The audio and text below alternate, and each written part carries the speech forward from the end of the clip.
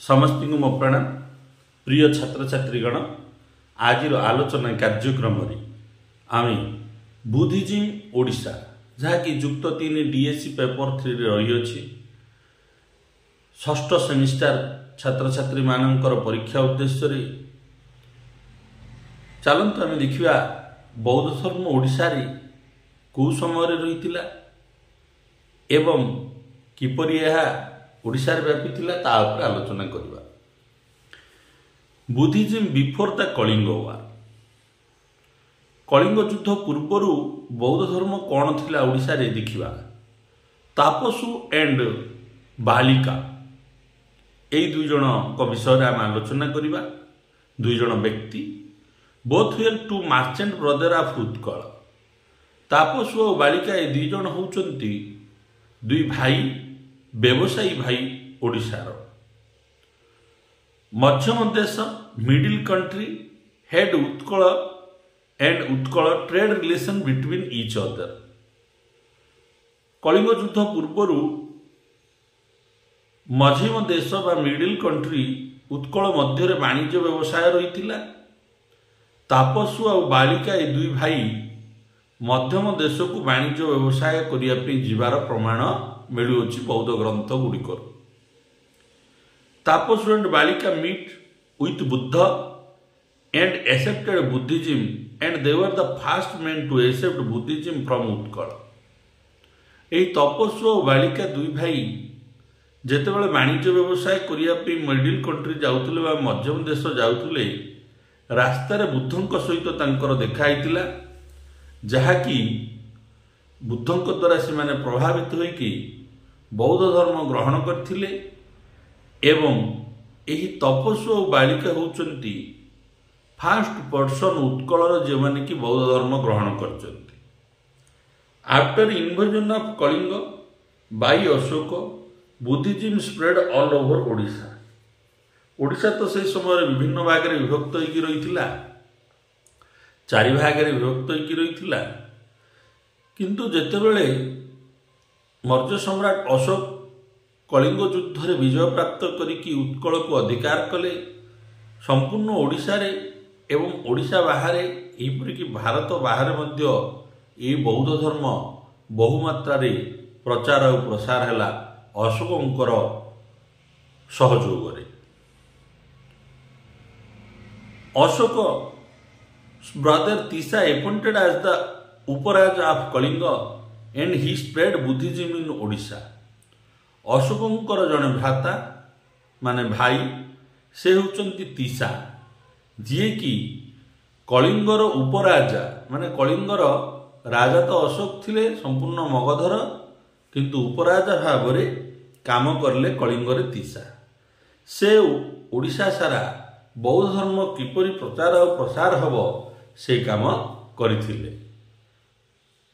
Ashok built Bhojak Giri Vihar for Buddhist Monks. भोजक गिरी विहार जहाँकि पर्वत रे भोजक गिरी रे विहार निर्माण करा जाइथिला बौद्ध सन्यासी मानकर रहणी उद्देश्य रे अशोकंकर शासन समय। ये सब प्रमाण आमको देउछि जे बौद्ध धर्म ओडिशा रे किपरि व्यापी थिला। Dikshit a great teacher of Sarvastivada school in help to spread Buddhism in Odisha. Odisha रे जो बौद्ध धर्म प्रचार और प्रसार चलथिला से भितरे जड़े व्यक्ति विशेषकर भूमिका गुरुत्वपूर्ण थिला। से होचंती दीक्षित, जे कि होचंती सर्वस्ति वेद स्कूल माने एटा गोटे बौद्ध स्कूल पिला माने सर्वस्ति वेद स्कूल रो से होचंती जड़े टीचर शिक्षक। ओडिशा रे बौद्ध धर्म प्रचार प्रसार हेबारे तांकर भूमिका गुरुत्वपूर्ण रहितला। वर्तमान आलोचना करिबा Buddhism first and 7th century AD. प्रथम सेंचुरी टू 7th सेंचुरी ख्रीष्टाब्द पर्यंत बुद्धिजिम रो कौन अवस्था थिला ओडिशा रे आलोचना करिबा। Aryadeva the disciplines of Nagarjuna, he belong from Simhapura the capital of Kalinga.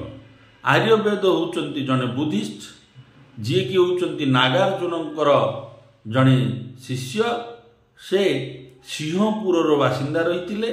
Singhpur अर्थ होउची जो है कि कलिंगर कैपिटल रही प्रथम टू सप्तम century ख्रीष्टाब्द।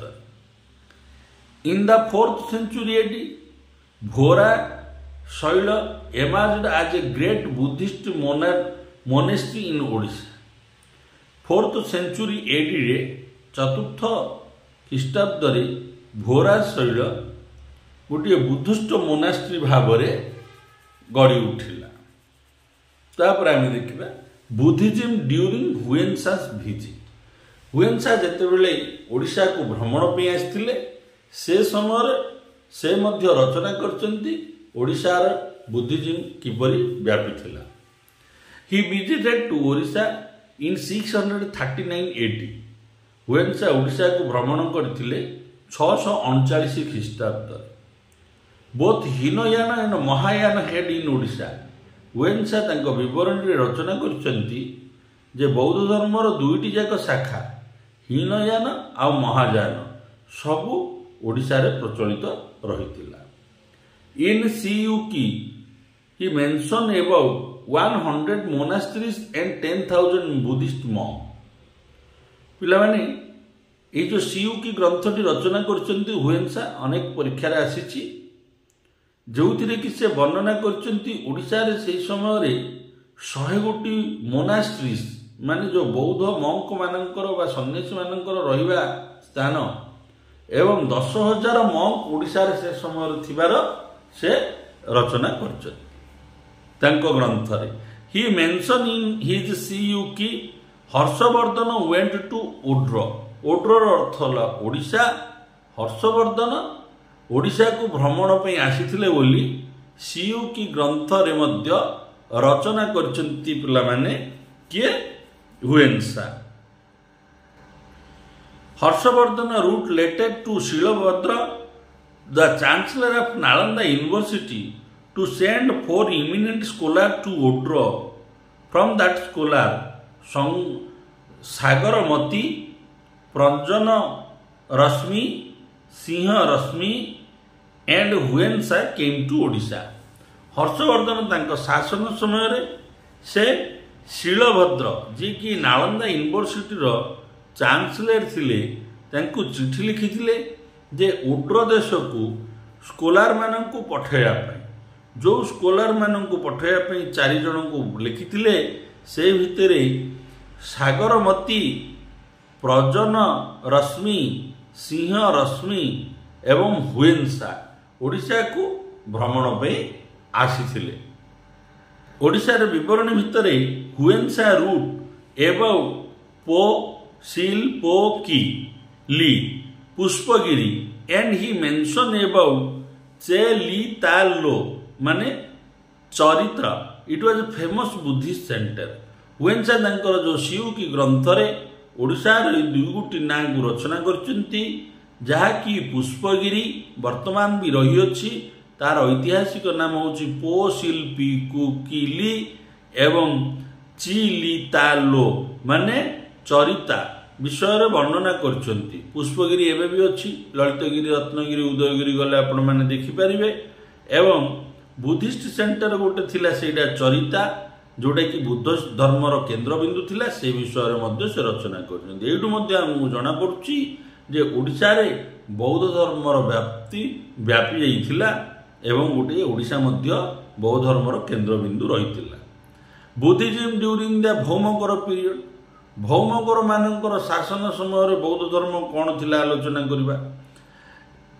It is the period of Mahayana Buddhism. Bhauma मानकर शासन समय भौम राजा मानकर पेट्रोनेज पाई बौद्ध धर्म द्रुत गति व्यापी थिला एवं महायान बौद्ध धर्मटा जोर की व्यापी थिला भौमकर मानकर शासन समय। According to Neulpur chapter Bhaumakara rulers like Kshemankara Deva, Shivakara Deva, Shubhakara Deva adapted Buddhist title like Parama Poshaka, परम परम तथागत, परम सौगत।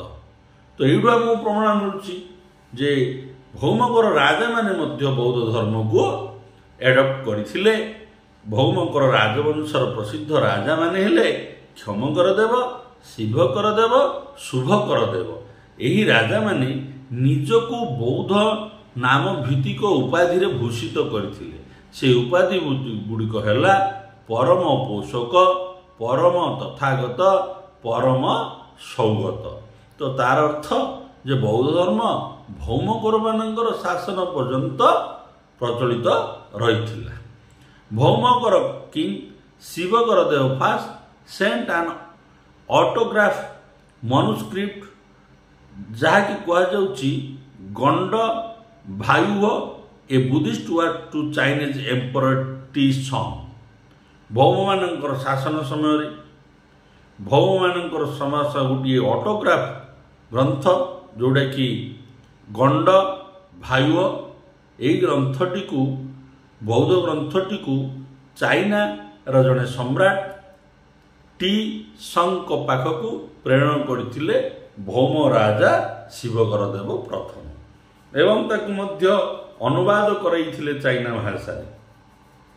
ये जना पड़ी जे भौम माने मध्य बौद्ध धर्म रे केते इनभल्व थिले प्रचार प्रसार। The hill of Ratnagiri, Udayagiri, Lalitgiri were centre of Buddhism during the Bhauma period.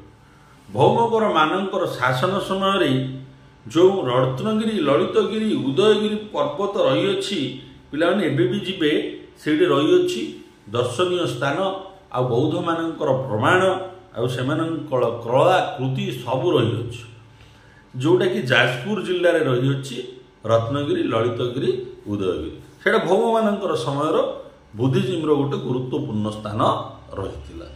तापर आम देखिए पे बुद्धिस्ट प्लेसेस गुरुत्वपूर्ण ओडिशा गुरुत्वपूर्ण बौद्ध स्थान गुड़िक विषय में आम आलोचना करवा। बुद्धिस्ट प्लेसेस गोटे रही चौद्वार रहा, सोलानपुर रहा, कुपारी, सालीपुर, खड़ीपाद, केन्द्रापड़ा, बानपुर, धौली ये सब भौमकर पीरियड प्रसिद्ध बौद्ध स्थान गुड़िक पिला माने जोड़े कि बौद्ध धर्मर केन्द्र बिंदु रूपे स्थान गुड़िक काम करुला। तापर आम आलोचना करवा मोनास्ट्रीज जोड़े कि बौद्ध मंक माने रहउथिले। Built by the Shantikara Deva first of Bhaumaki, its name was अग्रयाक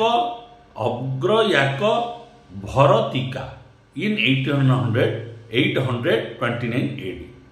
829 ख्रीष्टाब्द भौम राजा शांतिकर देव गोटे मोनास्ट्री निर्माण करथिले। बौद्ध मोनास्ट्री बौद्ध मंक मानक उद्देश्य जहाँ कहुला अर्घ याक भर टीका, अग आक भर टीका। तापर देखिए पिला माने तांत्रिज्म, पिला माने बौद्ध धर्म तांत्रिज्म व्यापी। तो ओडिशा रे बौद्ध धर्म तांत्रिज्म भी व्यापी थिला। तापर आलोचना करिवा Padma Sambhava the son of Induvati went to Tibet for preaching Tantrayana. Odisha रो जने व्यक्ति विशेष से होचंती पद्म संभव जी कि इंद्रभूतिंकर पुत्र। बौद्ध धर्म प्रचार करने से तिब्बत जाइथिले। से जो बौद्ध धर्म प्रचार करथिले से होची तंत्रयानजी माने जो तंत्र शास्त्र शाक्त पूजा से ऊपर प्रचार करने जाइथिले। ड्यूरिंग द भौम टाइम तांत्रिक बुद्धिज्म स्प्रेड इन ओडिशा। भौम मानकर शासन समय तंत्र बुद्धिज्म ओडिशा रे व्यापी थिला एवं बिरजा बिकेम ए ग्रेट तांत्रिक पीठ इन 8th and 9th century AD। Biraja होची गोटे प्रसिद्ध तंत्र साधनार पीठ अष्टम आउ नवम शताब्दी बेलू ओडिशा रे। तो आज यही आलोचन आम बौद्ध धर्म कौ राजवंश समय थिला एवं हर्षवर्धनकर आगमन, हुएनसांगर विवरणी एवं तंत्रशास्त्र बा तांत्रिक बुद्धिज्म प्रचार, गुरुत्वपूर्ण बौद्ध प्लेस, ता सहित भौमकर मानकर समय बौद्ध धर्मर स्थान ये सब आलोचना कले। मु आशा करुच्ची मोर आलोचना आपण मानकर आगामी सेमिस्टर परीक्षा सहायक हम। वीडियो को लाइक करूँ, चैनल को सब्सक्राइब करूँ और समस्त युक्त 3 छात्र छात्री गहन में शेयर करूँ। वंदे मातरम।